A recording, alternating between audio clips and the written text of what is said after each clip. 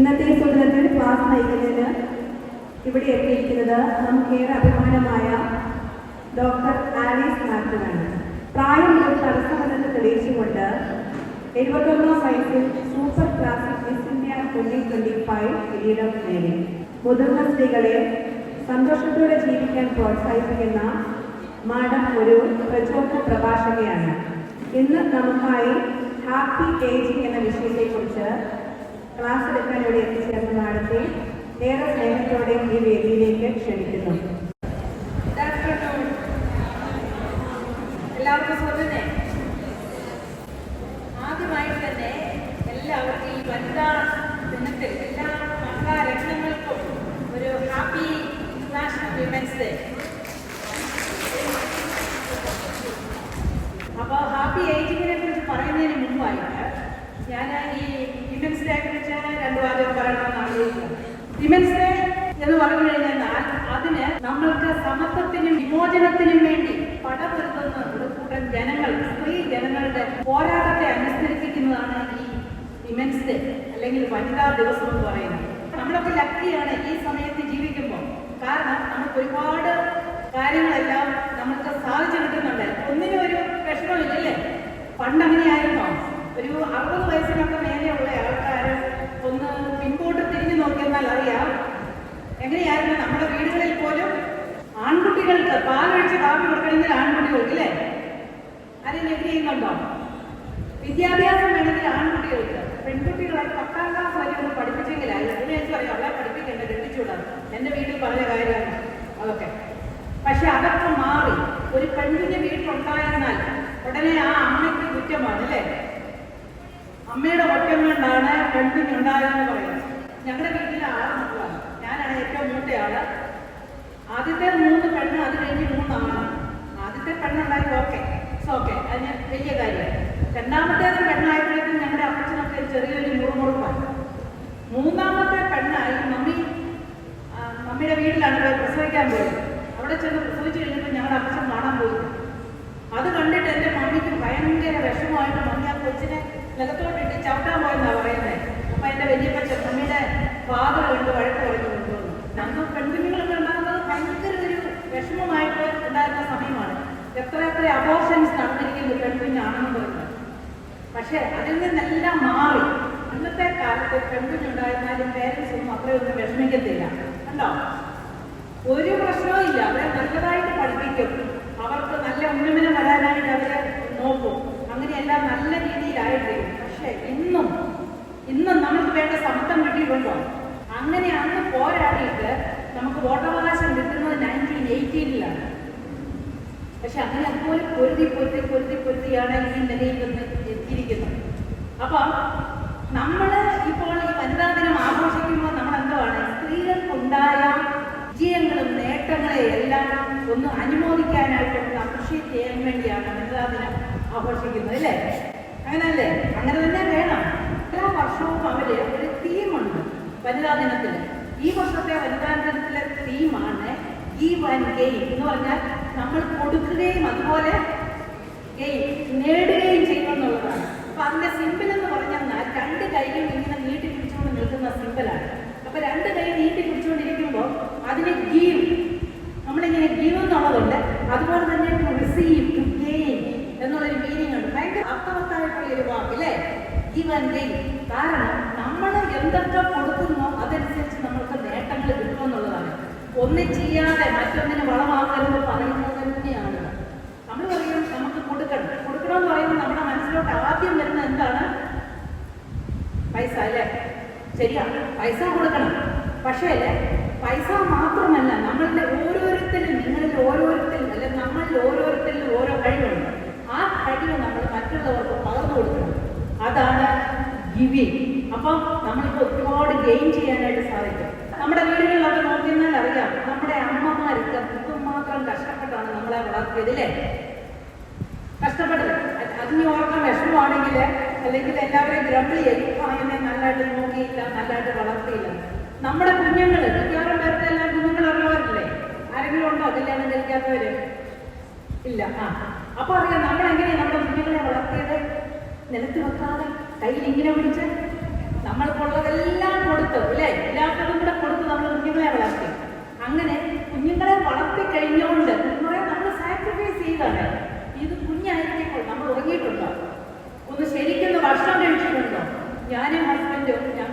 വയസ്സായി കഴിഞ്ഞപ്പോൾ ഞങ്ങൾ ഭയങ്കരമായിട്ട് സ്പീഡിൽ കഴിക്കാൻ തുടങ്ങി.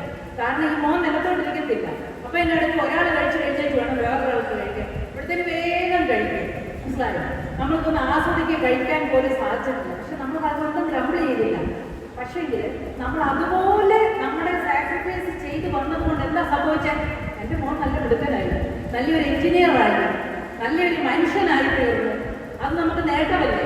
അതുപോലെ നമ്മൾ എന്ത് കൊടുത്തെന്ന് പറഞ്ഞെന്നാലും നമ്മൾക്ക് അതുപോലെ തന്നെ റിസീവ് ചെയ്യുകയും ചെയ്യും. അപ്പൊ ഈ വനിതാ ദിനത്തിൽ നമ്മൾ കൊടുക്കുമ്പോൾ അല്ലെങ്കിൽ നമ്മളുടെ പൈസ മാത്രമല്ല, ശരിക്കും നമുക്ക് അഡ്വൈസ് ചെയ്യാം. കാരണം ഇതിനൊക്കെ സ്ട്രോങ് ആയിട്ടിരിക്കാനായിട്ട് ഏതൊരു സ്ത്രീയും സ്ട്രോങ് ആയിരിക്കണം. കാരണം ഒരു സ്റ്റീരിയോടൈപ്പ് പറയാറുണ്ട്, എന്തുവാ സ്ത്രീ അകലെയാണ്, അവളെ കൊണ്ട് കരയാനേ കൊള്ളത്തുള്ളൂ, ഒന്നിനും കൊള്ളത്തില്ല, അവളെ മൂലയിലിരിക്കും, അല്ലെ അടുക്കള കഞ്ഞിയും കറിയും വെക്കാനായിട്ടേ കൊള്ളുള്ളൂ എന്നൊക്കെ പറഞ്ഞു കേട്ടിട്ടില്ലേ? അല്ലേ? ഉണ്ട്. പക്ഷെ അതൊക്കെ നമുക്കൊന്ന് തിരുത്തി എഴുതണം. ഇന്ന് ഈ പോരാട്ടത്തിന്റെ ഫലമായിട്ട് ഇന്ന് പഞ്ചായത്തുകളിലെ സ്ത്രീകൾക്ക് സംവരണമുണ്ട്, അതുപോലെ തന്നെ അസംബ്ലിയിലെ സ്ത്രീകൾക്കുണ്ട്. അങ്ങനെയൊക്കെ വന്നാൽ മാത്രമേ നമ്മളുടെ വോയിസ്, നമ്മളുടെ പ്രശ്നങ്ങൾ എന്താണെന്നോ നമ്മുടെ വിഷമങ്ങൾ എന്താണെന്നോ മറ്റുള്ളവർ അറിയത്തുള്ളൂ. അങ്ങനെ നമ്മൾക്ക് സ്ത്രീകൾക്ക് വേണ്ടി പോരാടണം. ചിലപ്പോൾ നമ്മൾ ഈ സ്ത്രീകളുടെ ചെറിയ ചെറിയ ഒരു വിജയമാണെങ്കിൽ പോലും നമ്മളത് അപ്രിഷ്യേറ്റ് ചെയ്യുകയും വേണം. സ്ത്രീകൾക്കുണ്ടാകുന്ന ഓരോ നേട്ടത്തെയും നമ്മൾ അഭിനന്ദിക്കണം. അപ്പോൾ മാത്രമേ അവർക്ക് ഉയർച്ചയിലേക്ക് വരാനായിട്ട് സാധിക്കത്തുള്ളൂ. നമ്മൾ വളർന്നു വരുന്ന സ്ത്രീകളെയും പെൺകുട്ടികളെയും ഒക്കെ നമ്മൾ എഡ്യൂക്കേറ്റ് ചെയ്യണം. എങ്ങനെ വേണം നമ്മൾ ജീവിക്കാൻ, എങ്ങനെ നമുക്ക് നമ്മുടെ റൈറ്റ്സിന് വേണ്ടി ഫൈറ്റ് ചെയ്യണം എന്ന് പറയാനായിട്ട് ഒരു എക്സാമ്പിൾ ഞാൻ പറയാം. നിങ്ങളൊക്കെ ഓർക്കുന്നുണ്ടായിരിക്കും, ഒരു 6 മാസം മുമ്പ് ഏറ്റുമാനൂര് ഒരു ഷൈനി 2 പെൺമക്കളെയും കൊണ്ട് ട്രെയിനിന് മുന്നിൽ ചാടിയത് ഓർക്കുന്നുണ്ടോ? എന്താ സംഭവിച്ചത്? കാരണം അതിനെ കല്യാണം, അവർ നേഴ്സായിരുന്നു, ജോലി ഉണ്ടായിരുന്നു, ജോലി ഒക്കെ ഉണ്ടായിട്ട് കല്യാണം കഴിച്ച് വന്നു കഴിഞ്ഞപ്പോൾ വീട്ടിൽ കാശുണ്ട്, അന്നേരം പറഞ്ഞു നീ ജോലിക്ക് പോകണ്ട. ആ പെൺകുട്ടി എന്ന് ഓർക്കും, ഓ ശരിയാണ്, എനിക്ക് നല്ല സുഖമായിട്ട് ജീവിക്കാമെങ്കിൽ ഞാനും നന്നായി കഷ്ടപ്പെടുന്നെന്ന് ഓർക്കും. അങ്ങനെ ഇരുന്ന് കഴിഞ്ഞ് പക്ഷെ ലൈഫ് ഒന്നും ഒരിക്കലും അതുപോലെ സ്റ്റേബിൾ അല്ല, എപ്പോഴും അപ്സ് ആൻഡ് ഡൗൺസ് ഉള്ള ഒരു റോളർ കോസ്റ്റർ തന്നെയാണ്. അപ്പൊ ആ കുട്ടി അങ്ങനെയൊക്കെ വിചാരിച്ചു, ഒരു വോയിസ് എടുക്കാനായിട്ട് അതിനൊരു ശക്തിയില്ലായിരുന്നു. അങ്ങനെയായിട്ട് വീട്ടിലെ സാഹചര്യങ്ങളെല്ലാം മാറി വന്നു കഴിഞ്ഞപ്പോൾ ഒരു നിവൃത്തിയില്ല, ഭയങ്കര പീഡനമായി. അതിൽ നിന്ന് രക്ഷപ്പെടാനായിട്ട് ജോലിക്ക് വേണ്ടി എല്ലായിടത്തും ട്രൈ ചെയ്തു. ആ ഹസ്ബൻഡും അവരുടെ വീട്ടുകാരും അതെല്ലാം തട്ടിക്കളഞ്ഞു, അല്ലെങ്കിൽ അത് നിരുത്സാഹപ്പെടുത്തി, അല്ലെങ്കിൽ അവരെ കൊണ്ട് ജോലിക്ക് കിട്ടിയില്ല. അങ്ങനെയെല്ലാം ഒരു നിവൃത്തിയില്ലാതെയാണ് ആ ഷൈനി പോയി ആത്മഹത്യ ചെയ്യുന്നത്. നേരെ മറിച്ച് ആ ഷൈനിക്ക് ഒരു ജോലി കിട്ടിയിരുന്നെങ്കിൽ അവൾ അങ്ങനെ ചെയ്യുമായിരുന്നു. പക്ഷേ എല്ലാവരും ഓർക്കേണ്ട ഒരു കാര്യമാണ്, നമുക്കൊക്കെ വിഷമഘട്ടങ്ങളെല്ലാം വരും. അപ്പോഴും നമ്മൾ ആത്മഹത്യ ഒന്നിനും ഒരു തീരുമാനമല്ല. നമ്മൾ കടപൊരുതി ഫൈറ്റ് ചെയ്ത് തന്നെ നമ്മൾ ജീവിക്കണം. അതിന് നമ്മൾക്കൊരു ആത്മധൈര്യം വേണം. മനസ്സിലായോ? അതാണ് നമ്മൾക്ക് സ്ത്രീജനങ്ങൾക്ക് കൊടുക്കാൻ വേണ്ടിയത്. അപ്പൊ ഇത് പറഞ്ഞു കഴിയുമ്പോൾ എനിക്കൊരു ചെറിയൊരു നേട്ടമുണ്ടായിട്ടുണ്ട്. കഴിഞ്ഞ ഡിസംബറിൽ എനിക്ക് പോയിട്ട് മിസ്സസ് ഇന്ത്യ കിരീടം കിട്ടി. എനിക്ക് 71 വയസ്സുള്ള ആളാണ്. അപ്പൊ ഞാൻ അതിന് പോയി എന്ന് പറഞ്ഞു കഴിഞ്ഞാൽ എനിക്ക് 26 വയസ്സുള്ളപ്പോഴത്തെ ഒരു ആഗ്രഹമായിരുന്നു, എനിക്കും ഒരു മിസ്സസ് ഇന്ത്യ ആയിരുന്നെങ്കിൽ ഇത് നല്ല മിസ് കോട്ടയത്ത് വെച്ചായിരുന്നു. പക്ഷെ അന്നേരം ഓൾറെഡി മിസ്സസ് ആയിപ്പോയി. അന്ന് മിസ്സസിന്റെ കാര്യങ്ങളൊന്നും ഇല്ല. പക്ഷെ അന്നേരം ആഗ്രഹം ഉണ്ടായിരുന്നു, ഈ പിള്ളേർ പറഞ്ഞ പോലെ എനിക്കും അറിയാം ഇങ്ങനെ സാരിയൊക്കെ പിടിച്ചോണ്ട് നടക്കാൻ എന്നൊക്കെ പറഞ്ഞ് ഞാൻ ഇങ്ങനെ ഓർക്കും. പിന്നെ അതിനെക്കുറിച്ച് വിട്ടു. കാരണം എന്തോ പിന്നെ കല്യാണം കഴിഞ്ഞു, കുഞ്ഞായി. അപ്പൊ ആ ജീവിതത്തിന്റെ പ്രാരാബ്ദങ്ങളിൽ കൂടി എല്ലാം പോയി കഴിഞ്ഞപ്പോൾ മിസ്സസിലേക്ക് പോകാനായിട്ട് ഈവൻ ഞാൻ പഠിക്കാൻ പോലും പോയില്ല. അവസാനം എൻ്റെ മോന് എഞ്ചിനീയർ ആയി കഴിഞ്ഞപ്പോൾ എനിക്ക് അത്രയ്ക്കും ജോലി ചെയ്യേണ്ട ആവശ്യമില്ല. അപ്പം ഞാൻ വിചാരിച്ചു ഒന്നുകൂടി പഠിക്കണമെന്നൊക്കെ വലിയ ആഗ്രഹമുണ്ടായിരുന്നു, എന്നാൽ പോയി പഠിക്കാം. അങ്ങനെ പോയി ഞാൻ 60ാമത്തെ വയസ്സിലാണ് PhD എടുക്കുന്നത്.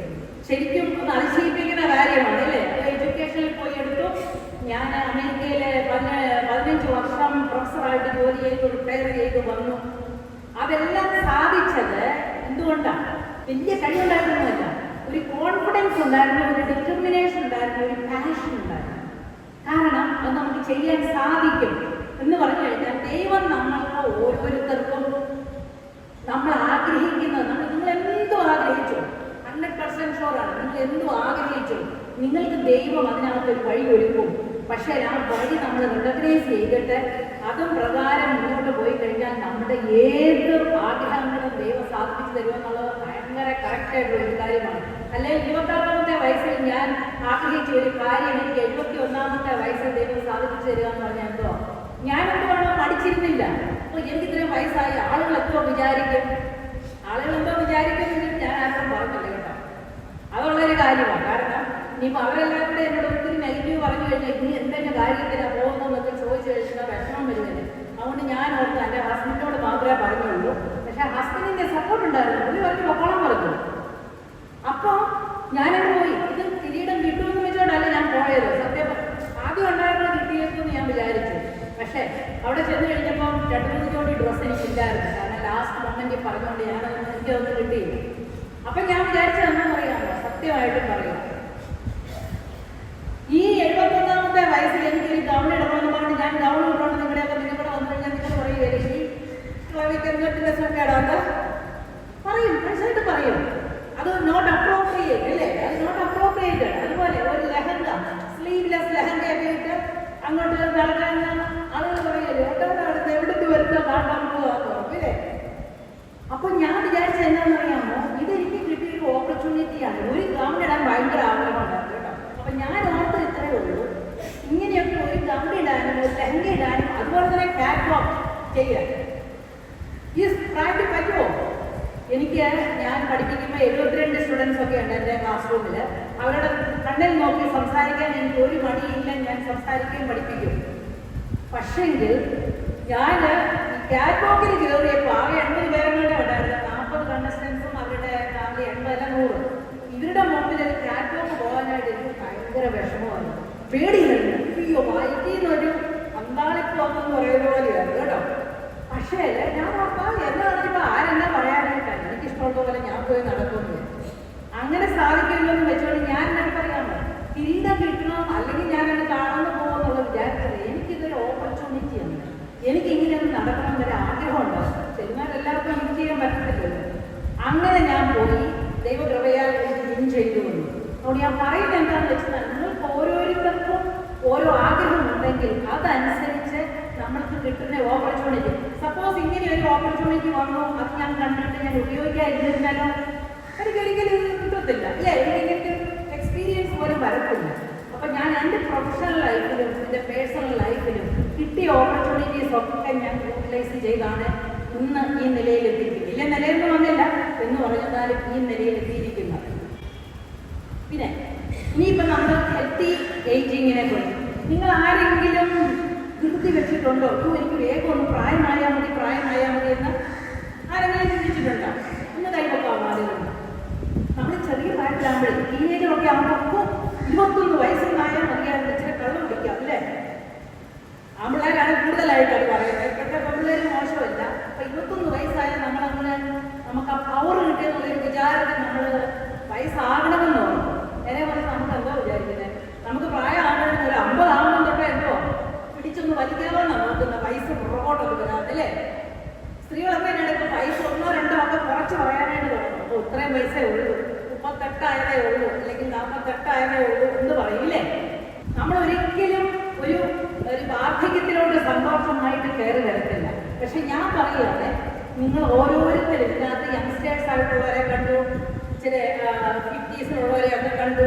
അവരൊക്കെ എന്നെടുത്തെന്ന് അറിയാമോ, നമുക്ക് ഒരേ ഒരു സത്യമേ ഉള്ളൂ. നമ്മൾ ജനിച്ചു കഴിഞ്ഞാൽ ഓരോ ദിവസം ചെല്ലുന്തോറും നമുക്ക് പ്രായം കൂടിക്കൊണ്ടേയിരിക്കും ഇല്ലേ? പറയാൻ പറ്റുമോ? നമുക്ക് പ്രായം ഇങ്ങനെ കൂടി വയസ്സായി വന്നു കഴിയുമ്പോൾ നമുക്കെന്താ ചെറിയ അസുഖങ്ങളൊക്കെ പിടിച്ച് വൃദ്ധരാകും, പിന്നെ മരിക്കും. ഇതൊരു യൂണിവേഴ്സൽ ട്രൂത്താണ് അല്ലേ? അപ്പം എൻ്റെ അഭിപ്രായം എന്താണെന്ന് പറഞ്ഞു കഴിഞ്ഞാൽ നമ്മൾ ഈ വാർദ്ധക്യത്തിലോട്ട് സന്തോഷത്തോടുകൂടി ഹാപ്പി ആയിട്ട് നടന്ന് കയറണം. അങ്ങനെ നടന്ന് കയറി കഴിഞ്ഞാൽ നമ്മൾക്ക് ഭയങ്കര സന്തോഷമായിട്ട് ജീവിക്കാനായിട്ട് സാധിക്കും. അപ്പം നമ്മളല്ലാതെ നമ്മളൊരു 60 വയസ്സായി കഴിഞ്ഞ് കഴിഞ്ഞാൽ അയ്യോ എൻ്റെ കാലിന് മേലെ എനിക്ക് ഒട്ടും മേലെ ഞാൻ പണ്ട് നടന്നിട്ട് എനിക്ക് മേലെ ഞാൻ എന്തോ ചെയ്യണമെന്ന് കൊണ്ട് വേദനാതിപ്പെടാതെ ദാറ്റ് ഈസ് നാച്ചുറൽ അങ്ങനെ വിചാരിച്ചിട്ട് നമ്മൾ അതിനകത്തോട്ട് നടന്നു കയറും. അപ്പം എങ്ങനെ നമുക്ക് നടന്നു കയറാൻ പറ്റുന്നത്? അപ്പം അതിന് കുറഞ്ഞത് ഒരു 30 വയസ്സ് തൊട്ട് അല്ലെങ്കിൽ ഒരു 40 ഏഴും തൊട്ട് നമ്മൾ അതിന് ശരിക്കും പരിശ്രമിക്കണം. അപ്പൊ ആരെങ്കിലും ഇവിടെ ഉണ്ടോ 30 വയസ്സിൽ ആൾക്കാരുണ്ടോ? 40 വയസ്സ്? ഉണ്ട് അല്ലേ? Very good. അപ്പൊ മറ്റുള്ളവരും കുഴപ്പമില്ല, കാരണം നമ്മൾ എഴുന്നേറ്റ് നടക്കുന്നുണ്ടല്ലോ. അപ്പൊ ഇനി ഒട്ടും വൈകിട്ടില്ല. എന്താ ചെയ്യണമെന്ന് പറഞ്ഞു കഴിഞ്ഞാൽ നമ്മൾക്ക് മെയിനായിട്ട് വേണ്ടത് നമുക്ക് physical health and mental health നമുക്ക് വേണം. ഫിസിക്കൽ ഹെൽത്ത് എന്ന് പറഞ്ഞാൽ അതാണ് ആധാരമായിട്ടുള്ളത്. അതുപോലെ തന്നെ മെന്റൽ ഹെൽത്ത് ഉണ്ടെങ്കിൽ ബാക്കിയുള്ള ഇമോഷണൽ ഹെൽത്തും സ്പിരിച്വൽ ഹെൽത്തും എല്ലാം ഓട്ടോമാറ്റിക്കലി വരും. അപ്പൊ ഫിസിക്കൽ ഹെൽത്തിന് വേണ്ടിയത് എന്തുവാണ്? നമ്മൾ കണിശമായിട്ട് എക്സർസൈസ് ചെയ്യണം അല്ലേ? എക്സർസൈസ് ചെയ്യണം, യോഗ ചെയ്യണം, അതുപോലെ ഹെൽത്തി ഈറ്റിംഗ് വേണം. നമ്മുടെ ലൈഫിൽ ഒരു ചിട്ട വേണം. നമ്മൾ രാവിലെ തൊട്ട് വൈകുന്നേരം വരെ എന്തൊക്കെ ചെയ്യുന്നതൊരു ചിട്ട കണിശമായിട്ട് വേണം. എങ്കിലേ നമ്മൾക്ക് ഈ വാർദ്ധക്യത്തിലോട്ട് വളരെ നല്ലതായിട്ട് കടന്നു കയറാനായിട്ട് പറ്റുള്ളൂ. അപ്പൊ നമുക്ക് ഫിസിക്കൽ ഹെൽത്ത് ഉണ്ടെങ്കിൽ, കാരണം ഒരു 50 വയസ്സ് കഴിയുമ്പോൾ നമ്മുടെ ഓർഗൻ ഫങ്ഷൻ ഒക്കെ ഒരു 30% ഡൗൺ ആണ് ഓട്ടോമാറ്റിക്കലി. ഒന്നും ചെയ്യാൻ പറ്റില്ല. പക്ഷെ അതിനെയൊക്കെ നമ്മൾ നല്ലതായിട്ട് വെക്കുന്നതെന്ന് പറഞ്ഞാൽ ഈ എക്സർസൈസും ഡയറ്റും അതുപോലെയുള്ള മെഡിക്കൽ ചെക്കപ്പും മരുന്നുകളും ഒക്കെ കൊണ്ടാണ് നമ്മൾ നടത്തുന്നത്. അപ്പൊ അത് കണിശമായിട്ട് ചെയ്യണം. അപ്പോൾ നമ്മുടെ മെന്റൽ ഹെൽത്തിനെ നമ്മൾ എങ്ങനെ വെക്കാമെന്ന് വിചാരിച്ചു കഴിഞ്ഞാൽ, നമ്മൾ try to live in the present എന്ന് പറഞ്ഞാൽ നമ്മൾ ഈ വർത്തമാന കാലത്തിൽ ജീവിക്കാനായിട്ട് നോക്കണം. മനസ്സിലായോ? നമുക്ക് എല്ലാവർക്കും ഉണ്ട്, എനിക്കൊക്കെ ഉണ്ടായിരുന്നു കേട്ടോ, ഇന്നത്തെ ഒരു ഇതുമില്ല. നമ്മൾ പഴയ കാലത്ത് നമ്മുടെ ആരെയും നമ്മൾ എന്തെങ്കിലും പറഞ്ഞു, അയ്യോ അവൾ അഹങ്കാരിയാണെന്നോ അല്ലെങ്കിൽ എന്തൊക്കെയാ പറയാമെന്നൊക്കെ പറഞ്ഞു കഴിഞ്ഞാൽ നമുക്ക് ഫീൽ ചെയ്യും ഇല്ലേ? നമ്മുടെ ഇൻറ്റിമേറ്റ് ആയിട്ടുള്ള ഫ്രണ്ട്സ് ആരെങ്കിലും പറഞ്ഞാലോ, അപ്പൊ അല്ലെ അവിടെ അങ്ങനെ പറഞ്ഞില്ലേ ഇങ്ങനെ പറഞ്ഞില്ലേ എന്ന് പറഞ്ഞുകൊണ്ട് നമ്മളിങ്ങനെ അങ്ങ് വിഷമിച്ചിരിക്കും. പാസ്റ്റ് ഈസ് പാസ്റ്റ് എന്നുള്ളതുണ്ട്. കഴിഞ്ഞ കാലം കഴിഞ്ഞു, നമുക്കിനി അതിനെ ഒന്നും ചെയ്യാൻ പറ്റത്തില്ല. ചെയ്യാൻ പറ്റുമോ? പക്ഷേ ഈ വർത്തമാന കാലത്തിൽ നമ്മൾ ജീവിക്കുമ്പോൾ എന്തുകൊണ്ടാണ് കഴിഞ്ഞ കാലത്തിൽ അല്ലെങ്കിൽ നമ്മുടെ പാസ്റ്റിൽ എന്ത് സംഭവിച്ചത് നോക്കിയിട്ട് അതിനെ ഒന്ന് അനലൈസ് ചെയ്ത് നോക്കിയിട്ട് അതിനെ തിരുത്താനുള്ളത് തിരുത്തിയിട്ട് നല്ലതായിട്ട് ഈ വർത്തമാന കാലത്തിൽ ജീവിച്ചാൽ നമ്മുടെ ഫ്യൂച്ചർ വിൽ ബി ബ്രൈറ്റ്. നമ്മുടെ ഫ്യൂച്ചർ, നമ്മുടെ ഭാവി നല്ല സുരക്ഷിതമായിട്ടിരിക്കും. അപ്പൊ അങ്ങനെ ഓർമ്മായിരിക്കും, പെയിൻ ഉണ്ട്, എനിക്ക് അപ്പടി പെയിനാണ്, ഞാൻ എന്തോ ചെയ്യും, എനിക്കല്ലേ രോഗം വന്ന് ഇന്നും പറഞ്ഞ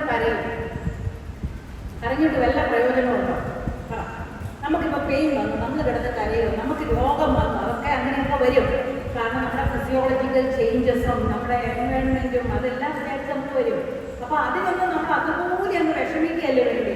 പെയിൻ ഉണ്ടെങ്കിൽ പെയിന് മരുന്നെടുക്കണം, രോഗമുണ്ടെങ്കിൽ ഡോക്ടറെ കണ്ടിട്ട് അത് ചികിത്സിച്ച് ഭേദമാവുന്നുള്ള ഒരു പോസിറ്റീവ് തിങ്കിങ് വേണം. മനസ്സിലായോ? എനിവേ നമ്മൾ വിഷമിച്ചുകൊണ്ടൊന്നും ആകാൻ പോകത്തില്ല. നേരെ മറിച്ച് ഇല്ല, എനിക്കെന്നുള്ള വിൽപ്പവറുണ്ട്, ഞാനത് ചെയ്യുമെന്ന് വിചാരിച്ചു കഴിഞ്ഞു കഴിഞ്ഞാൽ നമ്മൾക്ക് അത് നല്ലവണ്ണം മുന്നോട്ട് കൊണ്ടുപോകാനായിട്ട്, അല്ലെങ്കിൽ നമ്മുടെ ആ രോഗത്തിൽ നിന്ന് നമ്മൾക്കൊരു റിക്കവറി ഉണ്ടാകാനായിട്ട് വളരെ സാധ്യതയുണ്ട്. അപ്പം നമ്മൾ പോസിറ്റീവായിട്ട് തിങ്ക് ചെയ്യാനായിട്ട് നോക്കുക. പിന്നെ നമ്മളപ്പം എന്താണ് ഞാൻ എന്നാ ചെയ്യണം, എന്തുവാ റൊട്ടീൻസ് എന്നൊക്കെയാണ്. അപ്പം നമുക്ക് എപ്പോഴും രാവിലെ ഒരു വെളുപ്പിനെ ഒന്ന് എഴുന്നേൽക്കുന്നത്, നേരം പറയുന്നത് ഒട്ടും സമയമില്ല, ഞാൻ രാവിലെ എഴുന്നേറ്റ് വെച്ച് ഊട്ടി അരച്ച് ജോലിക്ക് പോകണം, പോയി വന്നിട്ട് നേരം വിചാരിക്കും. ശരിയാ, നിങ്ങൾ സാധാരണ 6 മണിക്കാണോ എഴുന്നേൽക്കുന്നത് എങ്കിൽ നമ്മുടെ പേർക്ക് നമ്മുടെ സ്വന്തം ആവശ്യത്തിന് ഒരു അരമണിക്കൂർ മുമ്പിൽ ഒന്ന് എഴുന്നേറ്റേ. എന്തിനാ 6 മണി തൊട്ട് നമ്മൾ ജോലി ചെയ്യുന്നത്, അല്ലെങ്കിൽ 5 മണി തൊട്ട് നമ്മൾ ജോലി ചെയ്യുന്നത് കുടുംബത്തിന് വേണ്ടി ചെയ്യുവാണ്. അത് കുടുംബത്തിനാണ്. കഞ്ഞിയും കറി എല്ലാം വെച്ച് ഒരു കെട്ടി പോകണം, എല്ലാം വരുമെല്ലാം വേണം. അപ്പൊ അങ്ങനെ ഉണ്ടെങ്കിൽ ഒരു അരമണിക്കൂർ മുമ്പിൽ ഒന്ന് എഴുന്നേറ്റേ. അത് കഴിഞ്ഞിട്ട് ഒരു 10 മിനിറ്റ് നേരം ഒന്ന് മെഡിറ്റേറ്റ് ചെയ്ത്, മെഡിറ്റേറ്റ് എന്ന് കഴിഞ്ഞാൽ എന്തും വേണേൽ ചെയ്യാം കേട്ടോ. ചിലപ്പോൾ ഒന്നും വിചാരിക്കരുത്, ഒരു ചമ്പ്രം മുടങ്ങിയിരുന്ന് ഇരിക്കാൻ മേലാത്തവരാണെങ്കിൽ ഒരു കസേരയിലിട്ട് ഇരുന്നാലും മതി. ഇരുന്നിട്ട് കണ്ണ് അടച്ച് പ്രാർത്ഥിക്കണമെങ്കിൽ പ്രാർത്ഥിക്കാം, അല്ലെങ്കിൽ നല്ല കാര്യങ്ങളെ കുറിച്ച് ചിന്തിക്കണമെങ്കിൽ ചിന്തിക്കാം. അങ്ങനെ ഏത് കാര്യങ്ങൾ വേണം ചെന്നിട്ട് നല്ലൊന്ന് റിലാക്സ് ആകാനായിട്ട് നോക്കാം. പിന്നെ കുറച്ച് യോഗ. ഞാൻ രാവിലെ എഴുന്നേറ്റ് കഴിയുമ്പോൾ തന്നെ ഉണ്ടല്ലോ നമുക്കൊരു പോസിറ്റീവ് തിങ്കിങ് ഇത് നല്ലതായിട്ട് ഉപയോഗപ്പെടുന്നു. രാവിലെ കണ്ണ് തുറന്നിങ്ങനെ ബെഡെ കിടന്നതിനെ കണ്ണ് തുറന്നു കഴിയുമ്പോൾ ഞാൻ നോക്കുമ്പോൾ ശരിയാണ്, എനിക്കിതൊക്കെ കാണാം, റൂം കാണാം, അപ്പോൾ ആയാം എല്ലാവരും എനിക്ക് ജീവനുണ്ടല്ലേ. അപ്പം ഞാൻ പറയും താങ്ക് യു ജീസസ്, എനിക്ക് ഒരു ദിവസം കൂടി തന്നെന്ന്. നമുക്കൊക്കെ ഇത്രയും പ്രായം തന്നില്ലേ ദൈവം, അതിന് തന്നെ നമ്മൾ ദൈവത്തെ സ്തുതിക്കുകയാണ് വേണ്ടിയത്. എത്രയോ പേര് ചെറിയ പ്രായത്തിൽ കുഞ്ഞു പിള്ളേരായിട്ട് 30 വയസ്സ് പോലും താണ്ടാതെ പോയവർ എത്ര പേരുണ്ട്. അപ്പം നമുക്ക് ഇല്ലാത്തതിനെ കുറിച്ച് ഗ്രമ്പിൾ ചെയ്യുകയോ അല്ലെങ്കിൽ നമുക്കുള്ള ചെറിയ വേദനകളെയൊക്കെ നമ്മൾ എക്സാജറേറ്റ് സാച്ചുറേറ്റ് എന്ന് ഞാൻ പറയുന്നില്ല, എങ്കിലും അതിനെ ഒന്ന് പോസിറ്റീവായിട്ട് തിങ്ക് ചെയ്യാതെ ഭയങ്കര വിഷമാണ് എന്നെ കൊണ്ട് സാധിക്കത്തില്ല എന്നുള്ള ആ വിചാരങ്ങളൊക്കെ മാറ്റി നമ്മളൊന്ന് ജീവിച്ചു കഴിഞ്ഞാൽ തന്നെ നമുക്കൊരു പോസിറ്റീവ് അറ്റ്മോസ്ഫിയർ കിട്ടും. അതുപോലെ തന്നെ നമ്മൾ ധാരാളം വെള്ളം കുടിക്കുകയും വേണം. പിന്നെ അതുപോലെ നമ്മൾ ഹെൽത്തി ഈറ്റിംഗ് എന്ന് പറഞ്ഞു കഴിയുമ്പോൾ ഫ്രൂട്ട്സ് ആൻഡ് വെജിറ്റബിൾസ് ധാരാളം കഴിക്കണം.